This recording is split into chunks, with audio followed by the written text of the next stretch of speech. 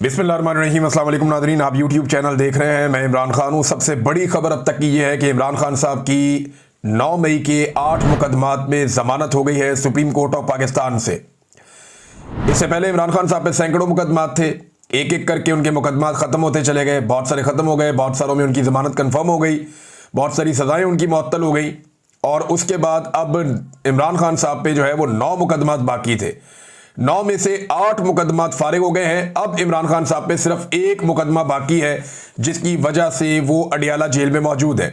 वैसे मुकदमात की वजह से तो इमरान खान साहब अडियाला जेल में नहीं है।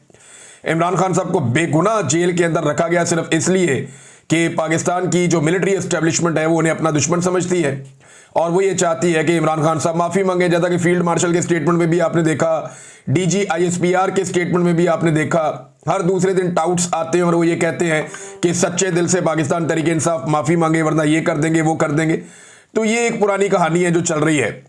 एक बात तो साबित हो गई इस फैसले से कि 2 साल तक इमरान खान साहब को 9 मई के 8 केसेस में नाहक कैद रखा गया है।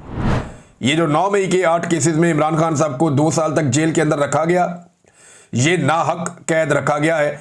ये बात आज सुप्रीम कोर्ट ऑफ पाकिस्तान से साबित हो गई और ये भी साबित हो गई कि पाकिस्तान की अदालतों ने एक आले के तौर पे काम किया, एस्टेब्लिशमेंट का वो हथियार बनी और इस हथियार ने पाकिस्तान तहरीक इंसाफ को कुचलने में अपना पूरा किरदार अदा किया। अब चाहे ये लोअर जुडिशरी है, चाहे ये हाई कोर्ट्स हैं, ये सारा मामला आपके सामने है। ये अदालत ने फैसला दिया क्यों? देखें, अब हर तरफ जजेस कंट्रोल कर दिए गए हैं। सुप्रीम कोर्ट ऑफ पाकिस्तान में एक कंप्रोमाइज्ड किस्म के जजेस को पहुंचाया गया है, लेकिन मामला यह भी है ना कि जजेस पे भी दबाव होता है। एक दिन पहले 2 मुअज़्ज़िज़ जज साहिबान ने खत भी लिखा कि जनाब गलत तरीके से अदालत चल रही है, नाइंसाफी हो रही है, कानून और आइन के मुताबिक सुप्रीम कोर्ट ऑफ पाकिस्तान को चलना चाहिए। उन्होंने निशानदेही की, वकला का दबाव बढ़ता चला जा रहा है, जजेस के अंदर से दबाव बढ़ता चला जा रहा है। ये जब सारी चीजें होती हैं और उसके ऊपर सुहेल वड़ाइस साहब आर्मी चीफ की ख्वाहिश लाके छाप देते हैं कि जनाब इमरान खान इसलिए तो जेल के अंदर बंद नहीं है कि उसने जुर्म किए हुए, वो तो जेल में इसलिए बंद है कि वो आसिम मुनीर साहब से माफी नहीं मांग रहा या वो सच्चे दिल से माफी नहीं मांग रहा। अगर वो सच्चे दिल से माफी मांग ले तो मामला आगे बढ़ सकता है। तो सुहेल वड़ाइस साहब की तहरीरों पर तहरीरें आना शुरू हो जाती हैं। यूरोप के दौरे के ऊपर हमें आप सैर करें, लेकिन वहां पे भी ड्यूटी इतनी सख्त है कि वहां से वो तहरीरें लिख लिख के दे रहे थे ख्वाहिशात को जो है वो अमली जामा पहनाने के लिए। और ख्वाहिशात किसकी है? मिलिट्री एस्टेब्लिशमेंट की है। फील्ड मार्शल से उनकी मुलाकात होती है। ये सारी चीजें मिलकर अदलिया के ऊपर एक बहुत प्रेशर बना गई थी और अदलिया जो है बहुत बुरी तरह एक्सपोज हो गई थी। फिर एक के बाद एक तारीख हो रही है, एक के बाद एक तारीख हो रही है। अदालत के अंदर क्या हो रहा है? अडियाला जेल में वहां पे 4थी मरतबा तारीख दे दी गई है। इमरान खान साहब का केस लगने नहीं दिया जा रहा वहां पे। ये वहां पे सूरत हाल है। सुप्रीम कोर्ट ऑफ पाकिस्तान में इसमें बार बार की तारीख दी और बिलाखिर इमरान खान साहब को बेल देना पड़ी। लेकिन इस केस में 1-2 चीजें मैं आपको बताऊं, जो मैंने बात की है सहाफियों से, उन्होंने ये बताया कि जानबूझकर चीफ जस्टिस ऑफ पाकिस्तान ने बार बार ये जो केस था इसके मेरिट्स के ऊपर जाने से रोका। यानी केस के आपने मेरिट्स देखने होते हैं ना कि भाई ये गवाही सच्ची है या झूठी है, तो सुप्रीम कोर्ट ऑफ पाकिस्तान ने मेरिट्स के ऊपर जाने नहीं दिया वकला को। ऐसा लगता है सुप्रीम कोर्ट ऑफ पाकिस्तान नहीं चाहती थी कि पंजाब हुकूमत या पाकिस्तान की एस्टेब्लिशमेंट या जो अदलिया है, लाहौर हाई कोर्ट हो गई, या जो दहशतगर्दी की अदालतें हैं, उनके सारे जजेस एक साथ मुतनाज़े हो जाएं, क्योंकि उन्होंने नाइंसाफी पर मबनी फैसले दिए हैं। वो पुलिस वाला टेबल के नीचे घुस गया, सोफे के नीचे घुस गया, पुलिस वाला पर्दे के पीछे छुप गया, वो इतनी दूर से 4-4, 5-5 बैरियर क्रॉस करके सारी सिक्योरिटी में से गुजरता हुआ सलमानी टोपी पहन के वो इमरान खान साहब के सामने पहुंच गया। भाई इस तरह की गवाहियों के ऊपर कौन खड़ा होता है? और एक शहर में गवाही कुछ और है, दूसरे में कुछ और है, तीसरे में कुछ और है। तो तहरीक इंसाफ तो तैयारी करके गई हुई थी, लेकिन चीफ जस्टिस ने इन मेरिट्स के ऊपर बातचीत नहीं होने दी। इससे पूरी की पूरी अदलिया जो है उसके कपड़े उतर जाते हैं। लेकिन अदलिया, ये इसका क्रेडिट जाता है किसको? देखिए, इसका एक तो क्रेडिट पाकिस्तान के अवाम को जाता है जिन्होंने हार नहीं मानी। 8 फरवरी 2024 के बाद से लेकर अब तक हार नहीं मानी और वो आज भी इमरान खान के साथ खड़े हैं। दूसरा, पाकिस्तान के सोशल मीडिया को भी एक क्रेडिट जाता है, लेकिन सबसे बड़ा क्रेडिट जाता है इमरान खान साहब की जो कानूनी टीम है उसे। वो टकरे मारते रहे, उन्हें पता है कंप्रोमाइज कर दिया, लेकिन उन्होंने उसमें से भी अपना काम निकाला। उन्होंने इतनी टकरे मारी कि बिलाखिर वो दरवाजा खुल गया। और इसमें बैरिस्टर सलमान सफदर जो है वो बहुत तारीफ के लायक है। इमरान खान साहब की जो पूरी वकला की टीम है वो सभी मुबारकबाद के लायक हैं। बैरिस्टर सलमान सफदर साहब हैं, सलमान अकरम राजा साहब हैं, इन लोगों ने बड़ा अच्छा काम किया। लेकिन जो एक प्रोफेशनली मैंने देखा कि जिस वकील ने बहुत अच्छी हैंडलिंग की तमाम मामलात की और मुकदमात की, वो बैरिस्टर सलमान सफदर है। कमाल उन्होंने केसेस लड़े हैं और जिन जिन लोगों ने उनको केसेस लड़ते हुए देखा, जिन सहाफ़ियों ने भी देखा, उन्होंने बताया जी कि वो ज़बरदस्त किस्म के शवाहिद सामने रखते हैं, बड़ा टू दी पॉइंट आते हैं और बड़े अच्छे उन्होंने मुकदमात हैंडल किए हैं। बड़ी प्रोफेशनली उन्होंने इन मामलात को डील किया कि एक तरफ एस्टेब्लिशमेंट है, पूरा का पूरा एक इदारा इस काम पे लगा हुआ है, इंटेलिजेंस एजेंसियां इस काम पे लगी हुई हैं, अदलिया को कंप्रोमाइज़ कर दिया गया है, 26वीं आईनी तरमीम के बाद पूरे निज़ाम को जकड़ दिया गया है, लेकिन फिर भी वो लगे रहे। बिलाखिर इमरान खान साहब के अब 9 में से 1 मुकदमा बाकी रह गया। अब सिर्फ एक ऐसा मुकदमा है जिसमें इमरान खान साहब को जेल में रखा हुआ है। इस मुकदमे में जाने से पहले मैं आपको बताऊं कि लोगों ने बड़ा जश्न मनाया, वकला ने बड़ी खुशियां मनाई हैं। कई जगहों पे वकला जो है मिठाइयां बांट रहे हैं, बार काउंसिल्स के अंदर लोग खुश हो रहे हैं, नौजवान खुश हो रहे हैं। तो एक सोशल मीडिया पे हर जगह पे एक सेलिब्रेशन है, लोग इसके ऊपर जश्न मना रहे हैं कि इमरान खान साहब के 9 मई वाला बयानिया भी जो है वो उलट गया। वहां पर भी उनकी अब जमानत हो गई है इमरान खान साहब की। नून लीग बड़ी अजीबोगरीब सूरत हाल में, उसे समझ नहीं आ रही इन जजों को गालियां देनी है या नहीं देनी, क्योंकि ये वही जजेस हैं जिन्होंने हर तरह की सहूलतकारी इस निज़ाम के लिए की है। ये वही जजेस हैं जिन्होंने वो सारे काम किए हैं जो एस्टेब्लिशमेंट ने और नून लीग ने उनसे गंदे काम करवाए हैं।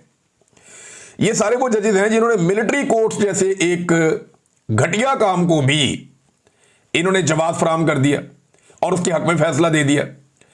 अब जब सुबह जज तब्दील हुए ना, तो उसमें यह पूछा गया इमरान खान साहब की फैमिली से कि जनाब आपको कोई एतराज़ है? उन्होंने कहा कोई एतराज़ नहीं है, जो भी जज हमें इंसाफ दो। सिर्फ अच्छा किया उन्होंने, वरना कई जर्नलिस्ट और बाकी लोग ये कह रहे थे कि जनाब अतरफुल्ला साहब को लाना चाहिए था या शहजाद साहब को लाना चाहिए था, जो दीगर जज हैं, जो न्यूट्रल जजेस हैं, उनको लेकर आना चाहिए था।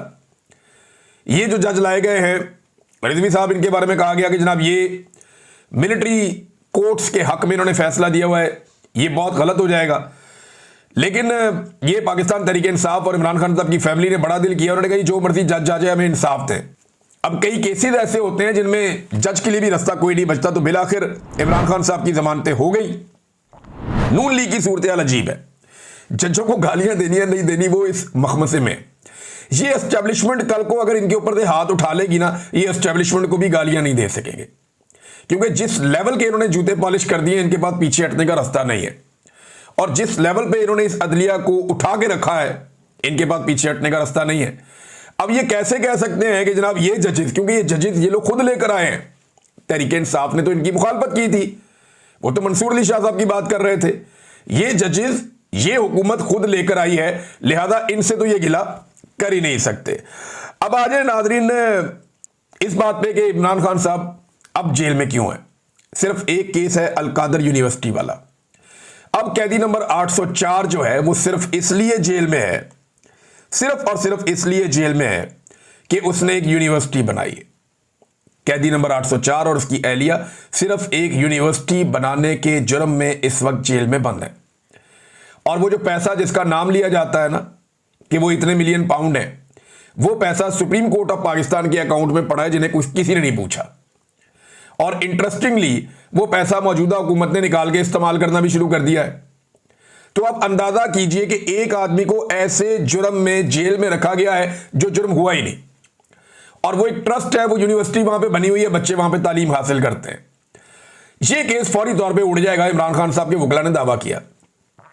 बैरिस्टर सलमान सफदर साहब कहते हैं कि लंबे अरसे से, कई महीनों से ये वाला केस इस्लामाबाद हाई कोर्ट में लग ही नहीं रहा, और हम बहुत कोशिश कर रहे हैं, लगातार कोशिश कर रहे हैं कि किसी तरह यह केस इस्लामाबाद हाई कोर्ट में लग जाए।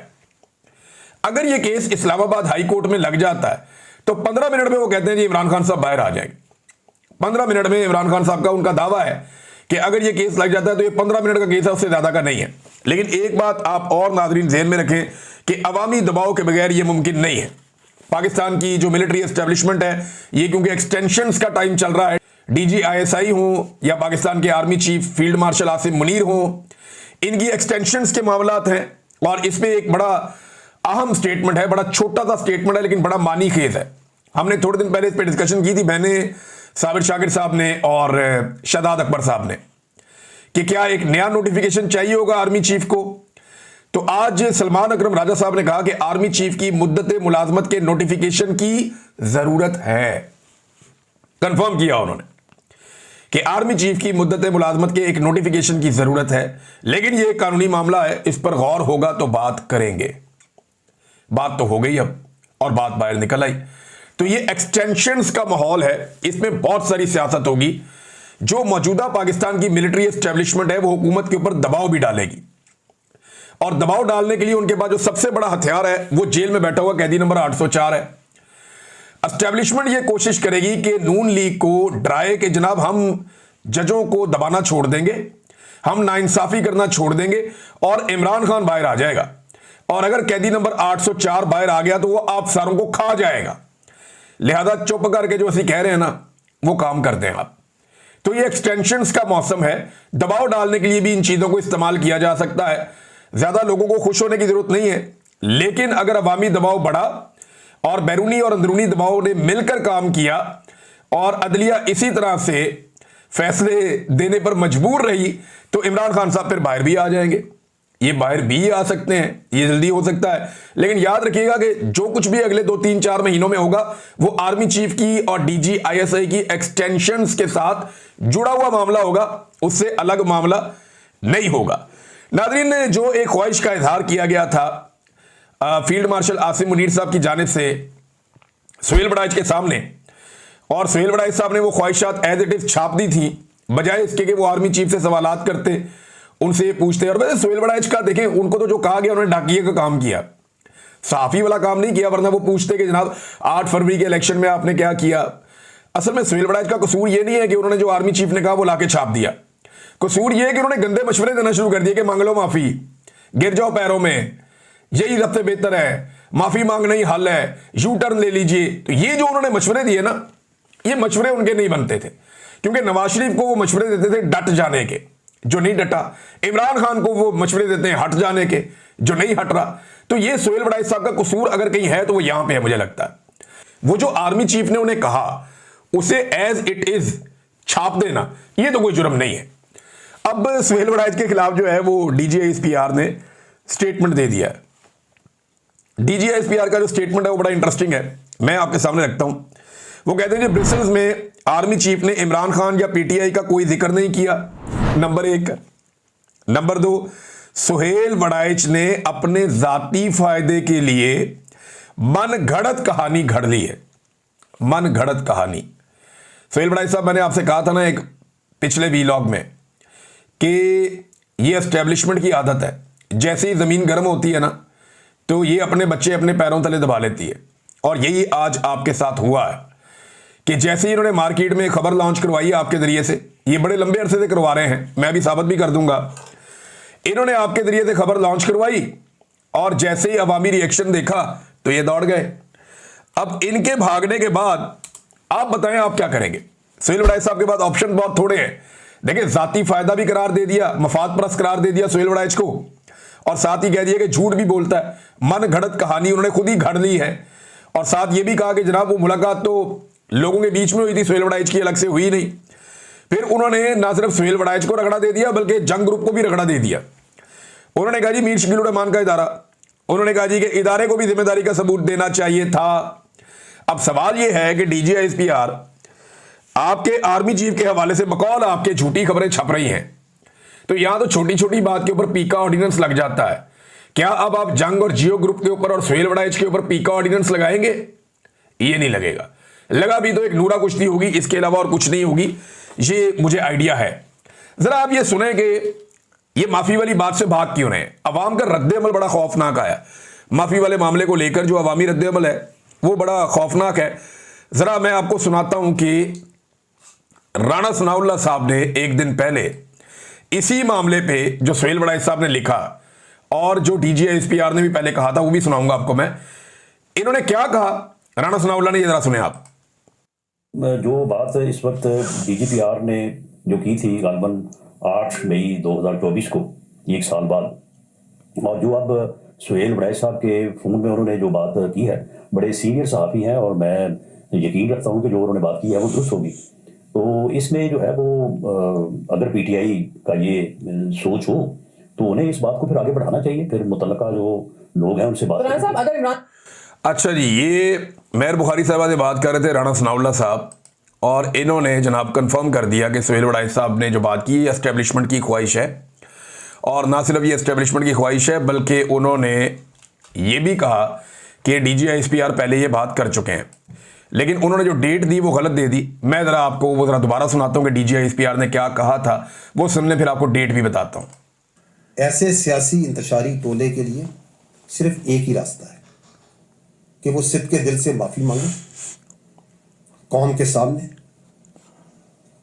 और ये वादा करे कि वो नफरत की सियासत को छोड़ के तामीरी सियासत में हिस्सा लेगा। ये जनाब DGISPR थे, इन्होंने खुद कहा था कि माफ़ी मांगे, फिर इन्होंने अपने बेशुमार टाउट्स के जरिए ये बात करवाई कि माफ़ी मांगे, और वो भी सच्चे दिल से। फिर कई जगह पे लोगों ने रिपोर्ट किया कि आर्मी